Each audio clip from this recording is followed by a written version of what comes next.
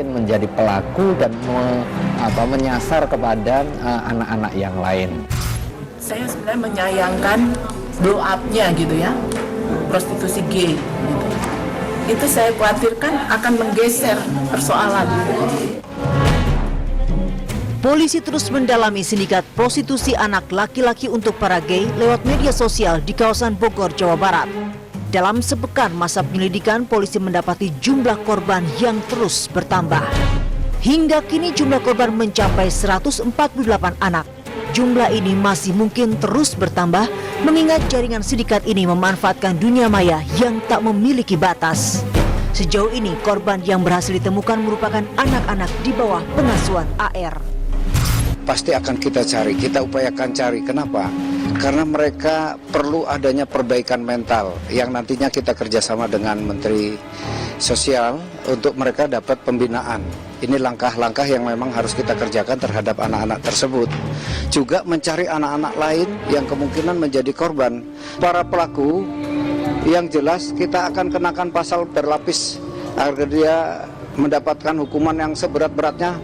Dan kemungkinan dari keterangan-keterangan ini mungkin masih ada mucikari-mucikari lain. Kemudian kegiatan cyber patrol kita juga terus akan bekerja kalau mungkin ditemukan di kota-kota besar lain. Sebagaimana diketahui, AR menggunakan modus penyuluhan penyakit HIV dan AIDS sebagai kedok kejahatannya. Keterlibatannya dalam sebuah lembaga yang mengkampanyekan tentang bahaya HIV AIDS selepas dari tahanan diduga kuat mengawali karirnya sebagai mucikari prostitusi anak untuk para gay. Sementara itu, Menteri Pemberdayaan Perempuan dan Perlindungan Anak Yohana Yambise memperkirakan ada sekitar 3.000 anak telah masuk ke dalam jaringan prostitusi penyuka sesama jenis ini. Dan menurutnya terlibat melalui media sosial. Tadi sudah dikatakan bahwa anak-anak ini orang tuanya mampu latar belakang ekonomi baik, tapi karena pengaruh medsos. Jadi melalui medsos ini itulah AR kelihatannya menghimbau dan mengajak anak-anak itu untuk masuk dalam jaringan ini. Kegeraman serupa juga dikemukakan oleh Ketua Komisi Pelindungan Anak Asrorun Niam Soleh. Menurutnya, terbongkarnya sindikat prostitusi anak untuk kaum gay ini adalah sebuah ancaman serius yang menjelaskan kaum gay telah menyasar anak-anak. Bahwa ketika anak terpapar orientasi seks menyimpang dan tidak cepat memperoleh pemulihan, akan sangat mungkin menjadi pelaku dan menyasar kepada anak-anak yang lain. Untuk itu, langkah pengungkapan ini menjadi pintu masuk untuk memutus mata rantai jaringan anak yang dikorbankan untuk kepentingan prostitusi gay. Masih adanya ruang permisivitas terhadap potensi terjadinya kejahatan sejenis dengan memaknai hubungan sejenis itu dianggap sebagai sesuatu yang normal dan itu bagian dari ekspresi. Namun pandangan berbeda dikemukakan Ketua Komnas Perempuan yang menganggap masyarakat luas melihat masalah ini dari sudut pandang yang keliru. Saya sebenarnya menyayangkan blow up-nya gitu ya, prostitusi gay gitu. Itu saya khawatirkan akan menggeser persoalan. Jadi orang lagi harusnya ini kan prostitusi anak ini kan bukan kasus baru ya.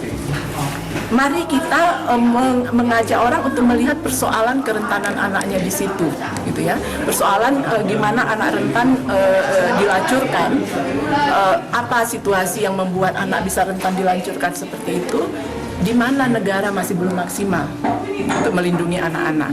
Nah, siapapun pelakunya, menurut saya, mau pelakunya homoseksual, pelakunya heteroseksual, mau ada yang lain lagi gitu. Jangan di situ. Jadi mainnya itu jangan memblow up pelakunya. Nanti kita nggak ada yang memberi perhatian untuk korbannya dan proses hukumnya loh. Untuk itu, Azriana mengajak kepada semua pihak agar lebih fokus memulihkan kondisi para korban prostitusi anak ini yang sudah sangat menderita dan bakal menghadapi situasi psikologis yang berat. Lalu apakah kasus ini hanya persoalan prostitusi anak semata Atau benarkah tuduhan yang menyatakan bahwa kasus itu adalah bukti para penyuka sesama jenis melakukan rekrutmen agar pengikut mereka semakin banyak dengan menyasar anak-anak yang masih polos?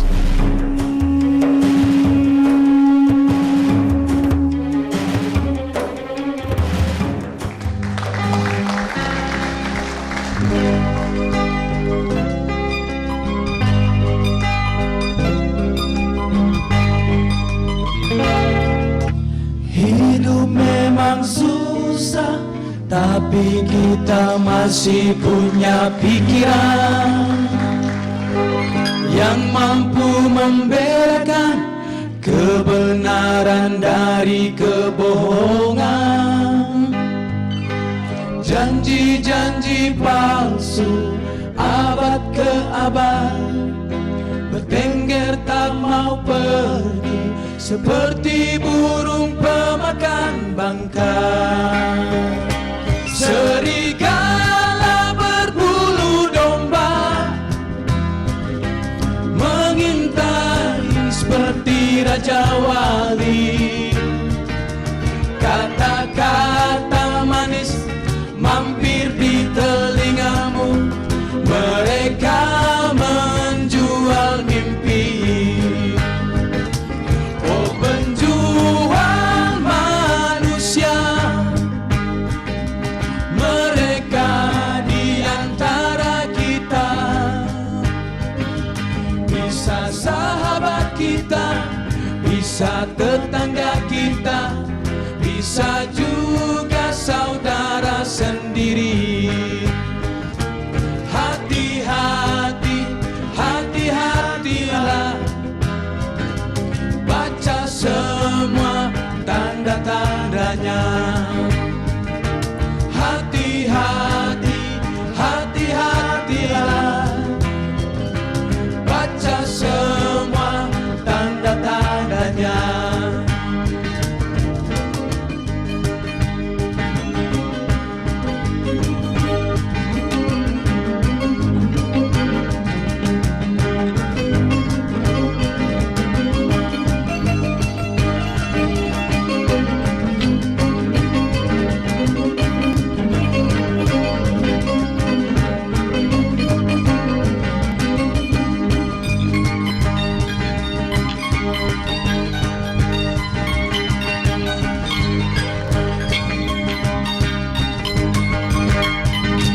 Serigala berbulu domba mengintai seperti raja wali. Kata-kata manis mampir di telingamu, mereka menjual mimpi. Oh, penjual manusia, mereka di antara kita. Bisa sahabat kita, bisa tetangga kita, bisa juga saudara sendiri. Hati-hati, hati-hatilah, baca semua tanda-tandanya. Hati-hati, hati-hatilah, baca semua tanda-tandanya. Bisa sahabat kita, bisa tetangga kita, bisa juga saudara sendiri. Bisa sahabat kita, bisa tetangga kita, bisa juga saudara sendiri.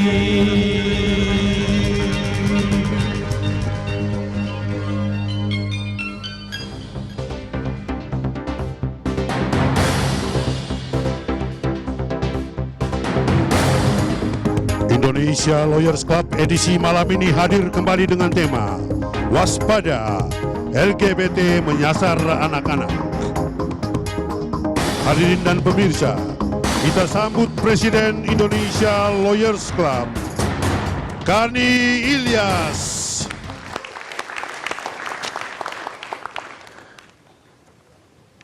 Pemirsa, malam ini kita bertemu kembali di Indonesia Lawyers Club.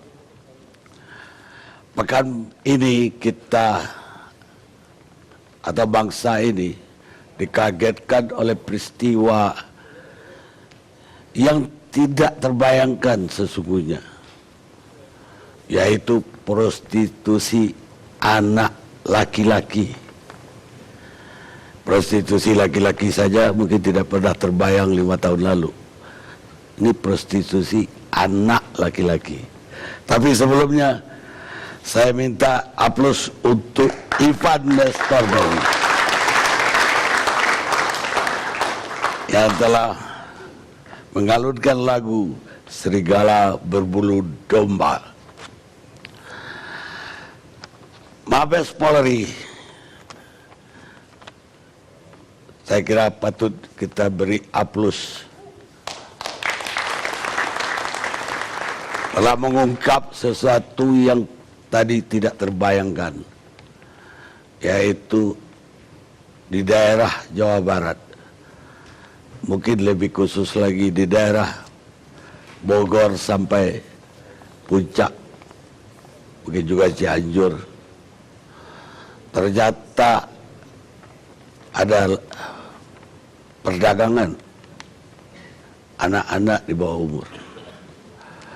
Dan sampai hari ini Mabes mengungkapkan bahwa lebih dari 140 anak terlibat dalam prostitusi tersebut. Kenapa kami namakan ini Waspada LGBT Menyasar Anak? Banyak protes saya terima bahwa katanya, kenapa harus menuding LGBT? Bukankah heteroseksual juga ada pedofil? Saya tegaskan di sini bahwa heteroseksual yang pedofil udah berkali-kali kami siarkan di ALC ini dan kami angkat. Dan sekarang saya sendiri baru tahu bahwa ada lagi perdagangan anak-anak untuk gay. Dan tentu saja karena anak laki yang usernya adalah LGBT. Karena tidak mungkin perempuan membeli anak-anak kecil laki-laki. Laki-laki juga yang akan beli anak laki-laki. Pemirsa, kita korbankan hari ini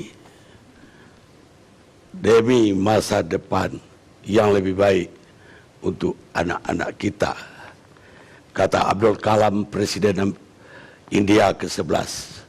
Saya akan mulai dari Mabes Polri. Di sini ada Jenderal Agung Setia yang membongkar.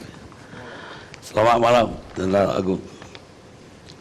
Bisa diceritakan bagaimana terungkapnya kasus ini, ya, dan bagaimana magnitudenya ini kasus. Ya. Bang Karni dan para pemirsa TV One sekalian, bahwa Mabes Polri dan dalam hal ini Barreskrim selalu konsen pada anak. Ini hal yang penting kita ingin garis bawahi, bahwa konsen pada anak ini kita aktualisasikan, bahwa bagaimana kita perhatian kita pada anak, bagaimana penegakan hukum untuk melindungi anak. Ini hal yang kita konsenkan, sehingga kemudian di tempat kami di Subdirektorat Cybercrime adalah subdirektorat yang membidangi bidang cybercrime yang setiap harinya melakukan apa disebut dengan cyber patrol. Cyber patrol ini sebenarnya ingin kita mengidentifikasi dari persoalan-persoalan yang ada di dunia maya. Kita tahu bahwa sebagian dari hidup kita sudah meletakkan di dunia maya menjadi bagian yang tidak terpisahkan. Dan kita fokus di sana untuk melihat bagaimana kemudian kita menelusuri di cyber patrol itu, yang untuk case ini kita menemukan di Facebook. Media sosial yang kemudian kita tahu banyak manfaatnya untuk hal-hal yang positif lainnya. Tapi kemudian kita menemukan di sini bahwa di Facebook saudara AR ini kemudian kita menemukan ada sesuatu yang menarik untuk kita dalami, yaitu bagaimana di dalam Facebook AR ini pelaku, dalam ini tersangka, yang kemudian kita menemukan bahwa di Facebook ini ditawarkan satu aktivitas yang menyimpang menurut pandangan kami, dan kami kemudian mengkonstruksikan sebenarnya apa yang terjadi di dalam Facebook ini. Apakah ini hanya sekedar sesuatu yang tidak ada dalam kenyataan atau ada yang dalam kenyataan. Kita lakukan pendalaman dengan proses penyidikan. Apa persisnya di Facebook itu? Apa semacam promosi atau apa? Iya, di Facebook ini kemudian ada konten-konten yang di dalamnya sebutkannya dia adalah Berondong Bogor. Nah, kemudian di dalamnya ada PIN untuk BBM berkomunikasi. Ada 2 PIN yang bisa dipilih bagi para yang melihat konten itu. Kemudian di dalamnya juga kalau kita lihat ada gambar-gambar anak. Kemudian juga ada list nama-nama anak yang kemudian kalau kita cermati itu adalah tawaran siapa yang mau menggunakan anak-anak ini. Ada harga juga tidak di situ? Ada. Ada harga juga? Ya. Berapa Pak dia bikin harga tarifnya?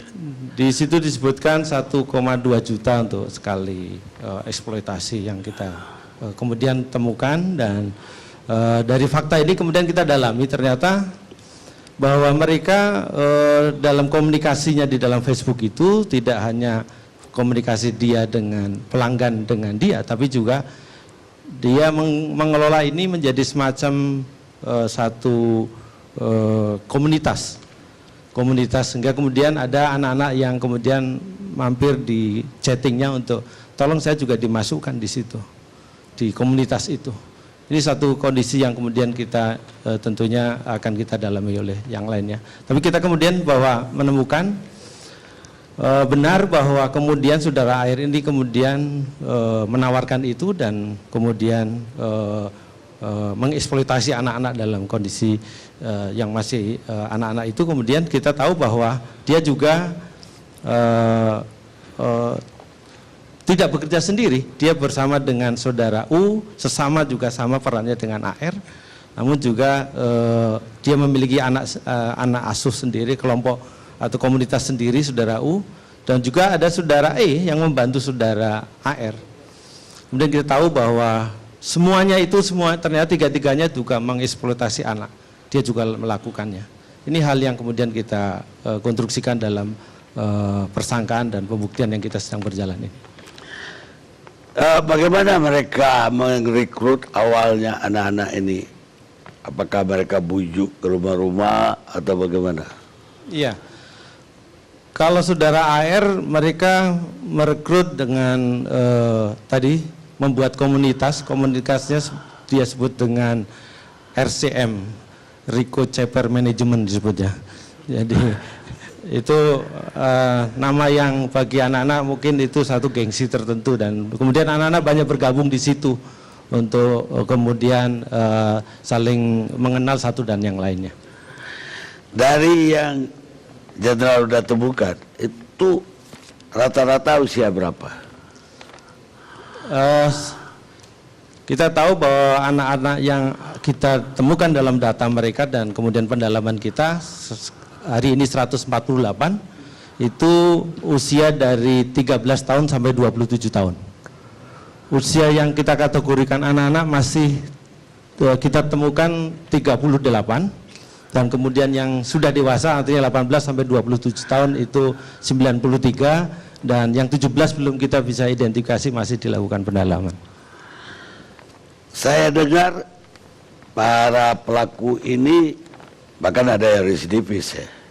AR ini katanya juga pernah dipenjara gara-gara menjual perempuan. Apa perempuan anak-anak juga atau perempuan dewasa yang dia jual? Saat itu yang bersangkutan melakukan untuk orang dewasa ya, orang dewasa. Yang dijual dewasa juga? Ya, dewasa, perempuan. 6 bulan yang lalu, tepatnya bulan Maret dia baru selesai menjalankan hukuman untuk itu, dan setelah keluar dari LP itulah kemudian dia mulai kemudian membentuk komunitas anak-anak yang kemudian dia rekrut itu. Para germo ini ya, germonya anak-anak ini, apakah tiga-tiganya LGBT? Iya. Iya. Ya, yang bisa kita tahu bahwa ini sebenarnya hal yang kemudian kita membuktikan ada banyak premis bahwa mereka tiga-tiganya selalu mengatakan bahwa saya dulu waktu kecil juga mendapat perlakuan seperti itu. Jadi dia juga bekas korban lah ya. Ya, demikian. AR ini usia berapa sekarang? Sekarang 41 tahun. 41. Berarti ya dia korban 25 atau 30 tahun yang lalu. Dan sekarang dia justru menjadi germonya lah, kira-kira begitu. Konsumennya. Kan dari pelacakan cyber tadi bisa kita tahu siapa aja pemesan ini. Ya. Lingkungan mana ini konsumen untuk itu? Ya. Untuk para pengguna atau pelaku eksploitasi masih kita lakukan pendalaman, dan sementara kita lihat bahwa saudara E ini adalah orang-orang salah satu dari pelaku eksploitasi dari anak-anaknya saudara AR. Kemudian tentunya terkait pelaku yang lain kita akan terus dalami ini, dan sekarang masih berjalan prosesnya. Ya, maksud saya apakah konsumen ini domestik atau konsumen asing gitu? Iya, kita akan terus dalami, Bang Karni. Saya paham bahwa ini menjadi hal yang penting bagi kami untuk menemukan. Nah, kalau domestik berapa tadi, 1.200.000, berarti cuma $10 ya. Ya, artinya murah banget ya jual anak. Berapa anaknya dikasih dari uang 1.200.000? Ya, dari 1.200.000 yang ditawarkan oleh saudara AR itu anak-anaknya mendapat 100 sampai dengan 150.000 saja. Jadi 1 juta untuk dia. Ya, demikian, Pak. Dibagi 3 atau gimana? Iya, anak-anaknya dapat 100 sampai 150, sisanya diambil semuanya oleh. Ya, artinya bertiga ini ngambil yang 1 juta. Sendiri, jadi AR sendiri aja. Oh. Yang lain nanti akan punya Kelompok yang mana, berbeda. anak didiknya yang mana, anak asuhnya yang mana, begitu. Demikian. Dan dia dapat 1 juta. Itu rumah kontrakan katanya. Di mana rumah kontrakannya itu? Ya, ada di daerah Bogor untuk itu. Daerah Bogor. Ya. Itu anak-anak itu ditampung di situ, apa, menginap juga. Untuk anak-anak tinggal bersama orang tuanya masih. Oh, tetap di rumah orang tuanya. Ya, jadi dia menghubungkan dengan komunikasi handphone pintarnya, sehingga kemudian dia tetap bisa mengendalikan dari handphone pintarnya. Yang menarik adalah ternyata di handphone pintar yang kita temukan ini ada satu aplikasi yang juga ditanamkan atau ditaruh di handphonenya, sehingga dia bisa tahu, AR bisa tahu di mana orang-orang atau pelanggannya di sekitar Bogor itu ada di mana saja. Dan kemudian dia antarkan, kasih anak ke konsumen itu, atau dia kirim begitu saja? Dalam berapa diantarkan dia ke tempat yang dia tentukan, yang biasa disebut dengan lebih aman di tempat yang biasa AR yang menentukan tempatnya itu. AR atau konsumen? AR lebih suka menentukan tempatnya. Oh, bukan konsumen nginap di mana, Siap. dia drop ke tempat konsumen itu? Tidak. Bukan begitu? Tidak begitu. Tadi Jenderal bilang bahwa ini penyelidikan cyber ya. Apakah sebelumnya ide ini muncul untuk menggarap cyber tentang ini? Ada laporan nggak dari masyarakat? Kita tidak menemukan atau tidak menerima laporan itu, tapi saya sampaikan bahwa 2-3 bulan yang lalu kita menangkap untuk yang anak-anak perempuan. Seperti diketahui bahwa kemarin ada 2 anak perempuan dari Jogja yang kemudian dia sebut istilahnya roadshow ke Jakarta, menawarkan di Twitter bahwa dia akan di Jakarta selama ini, dan kemudian si eksploitasi atau pelakunya itu mengatur jadwalnya siapa-siapa yang akan kemudian mempertemukan mereka di Jakarta. Ini mucikarinya lain lagi? Lain lagi. Bukan 3 orang ini? Bukan. Tapi artinya bahwa eksploitasi anak, kemarin anak perempuan, ini anak laki-laki. Jadi sekarang udah ada spesialis perdagangan anak perempuan, ada perdagangan anak laki. Demikian Bang Karni. Komplit bisnisnya. Kita lihat dulu pemirsa.